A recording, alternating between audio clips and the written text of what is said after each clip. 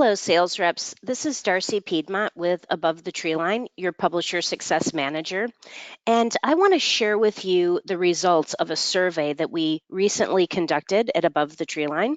We polled independent bookstores across the country and asked them, what do you want from your sales reps? What would help you do your job more effectively?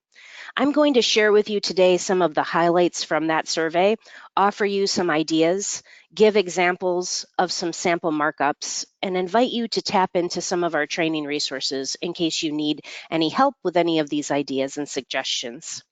As you can imagine, not all booksellers want the same thing, and I'm sure you know that better than anybody. You can always ask your accounts, what are you looking for? What do you want? But we also recognize that you cannot possibly customize every single markup. So try to take away some of the big themes today and maybe utilize one or two of the features that are mentioned here, or just get in touch with us and ask for help with whatever you need. One of the big common themes is that the relationship between the buyer and the rep is a relationship of trust. And we hope that you can use some of the features to develop that trust. We heard how important that relationship is again and again. Booksellers are incredibly grateful to their reps for helping them with their strong opinions, statistical information about what title their publishers are investing in a given season, suggestions about what might work well in that particular store. Booksellers also want you to know the character of their store, the preferences of their patrons, and then to help them make best decisions in this really competitive markets. So we realize that you have a very big job, and we're here to help facilitate and maybe ease some of that pain. So let's jump right on in. Okay, so the first question that we asked was, we asked people to rank the elements of a markup in terms of their importance. And a lot of the comments said, please don't make me rank, or the thing that I'm putting last is not important. All of these elements are important. So that's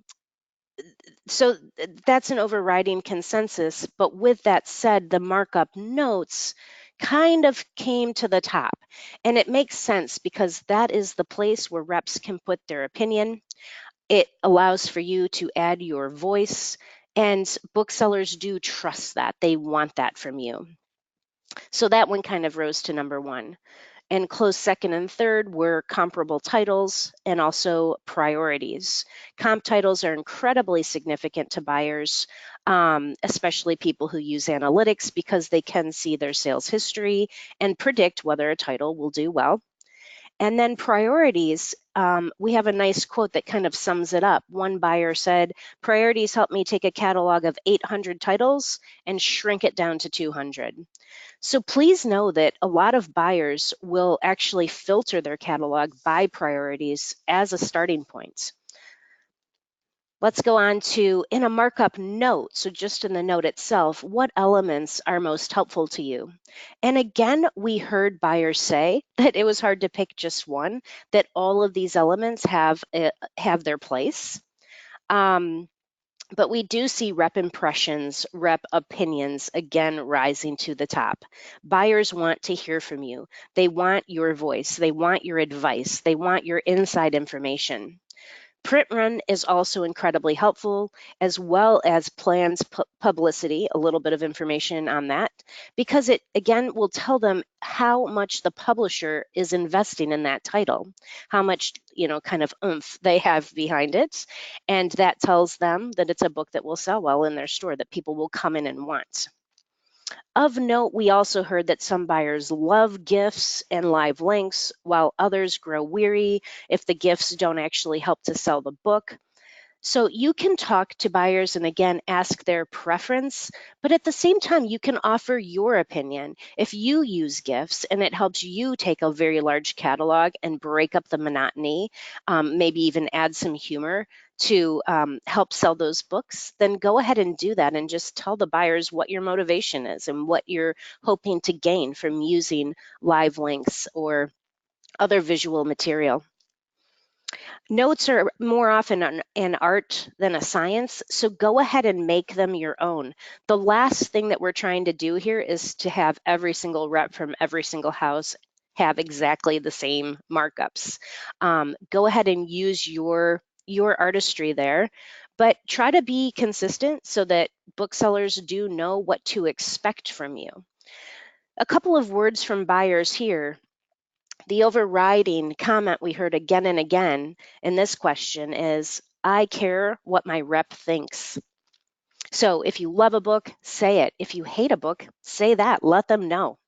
And then another compelling comment was bonus points if the rep uses bullets points. So if you can take your opinions and your textual information and kind of break it down into a nice, easy read, that also helps. Okay. Sorry. Okay. And then with comparable titles, please rank the type of comps that are most useful to you. In this particular question, the feedback that we got was a little more consistent. And in all cases, booksellers are asking you to use, whenever you can, that author's previous titles. So whether it be a recently released book or that same title in a different format, particularly if you're presenting the paperback, but there's a hardcover format, please put those comps up at the top. Those are the ones that are going to be most significant for buyers. Comments from buyers here, they would like you to highlight the most important comps. So the catalog admins, they add their comps, but they want you as the reps to highlight the ones that are most useful. Put them in order of importance, which again means putting the hardcover edition up at the top, as well as previous titles from that author.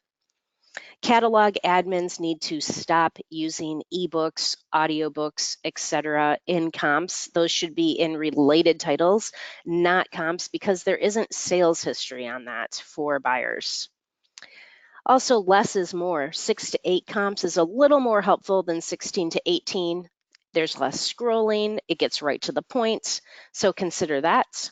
And also feel free to use titles from other houses if those titles are relevant. With that said, be a little careful about reach. When you put Where the Crawdads Sing for an author that has never been published in a brand new novel, buyers are definitely going to be a little bit wary of that. Not all titles are going to be bestsellers, so be honest. Moving on, please rank the type of markup tags that are most useful. Again, rep pick comes to the top. That's the one that is again your impression. So if you have a tag that says rep favorite or rep pick, those are helpful. Also, promotion codes and discounts are extremely helpful. Buyers would rather see the word promo than a long tag like fall promotional titles, simply because they are going to filter by those tags in the left-hand navigation bar. So make them kind of quick and easy to read, make them actionable if you can. Be consistent so your buyers come to know what to expect from you from season to season.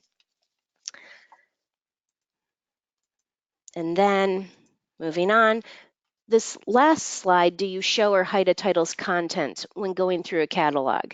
I wanted to share this with you because this is something that reps and catalog admins ask me a lot. A lot of buyers will hide the content, hide the summary of titles when they open a very large catalog. And it just shows you that those markups are incredibly significant. It's the introduction, it's the entree into the titles within a given catalog.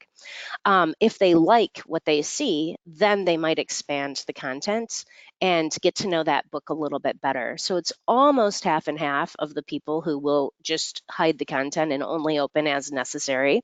But keep that in mind. It shows you kind of the power that you have and how much your opinion matters. I'm also going to take an opportunity here to point out other options that you can utilize. So this slideshow is not exhaustive. It's just an introduction to give you some highlights. But other things that you can do that came up in the survey: offer suggestions. Even if buyers don't take your exact numbers, when you put a large quantity for a certain title, they know that that title it has more weight. So just like adding priorities, suggestion gives them an idea of how many books to buy and how important that title is in this season. Another element is to use analytics. This is not a sales pitch, but I would like to share with you that we have some special discounts on analytics right now, especially analytics with 360. And one of the things that you can do if you're dialing in and want to make a really big statement to a buyer, if you can look at their numbers, their sales history, and take back returns and even offer returns, offer to take some titles off their shelves in exchange for some new titles that will sell really well, that is a very powerful statement. I know it's not what everyone wants to hear, but it does really work, and we hear it from buyers that that's what they would like. Also, please try not to let a very hot title, a new title that's selling great, run out. So if you have analytics, you can see what is stocked and make sure that a store never runs out of the stock on that particular title, especially in a season like this, the most profitable season of the year. More buyer thoughts. We asked, what's helpful to you? And we had a variety of statements, but some ones that were kind of used more than once or that seemed to be really well said. It's helpful when my rep points out must-have titles and also ones that I can skip. It helps when my rep catches titles I overlooked, suggests quantities, gives an honest opinion, is aware of my shelf space, tells me what not to buy. I like this one, separates the wheat from the chaff. And then finally, it is helpful when my rep is passionate.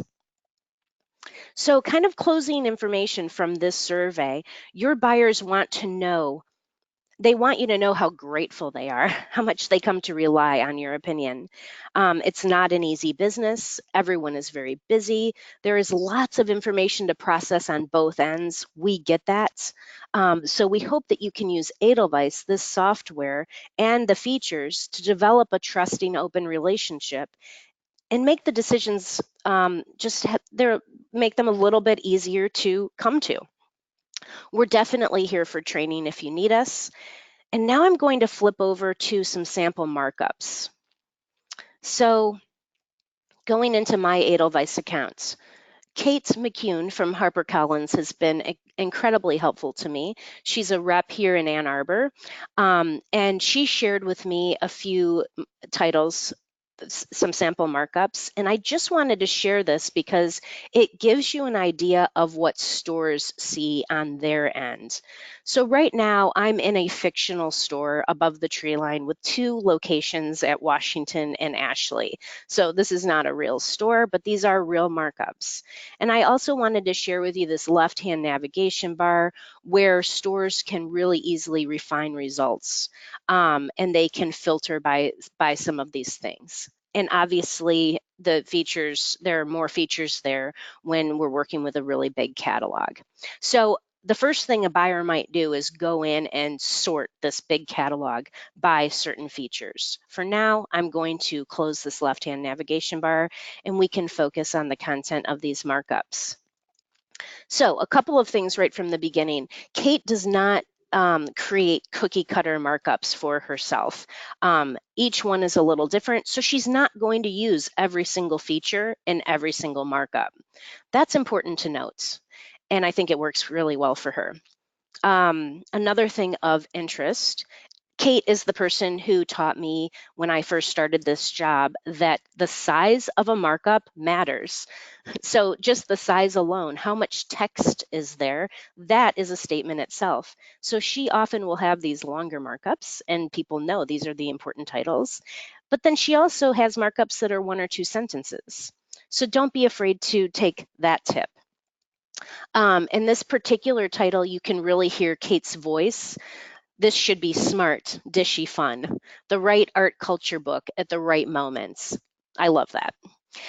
She also goes on to talk about the author a bit, and she does use some links in this particular markup. I'm going to go ahead and scroll down.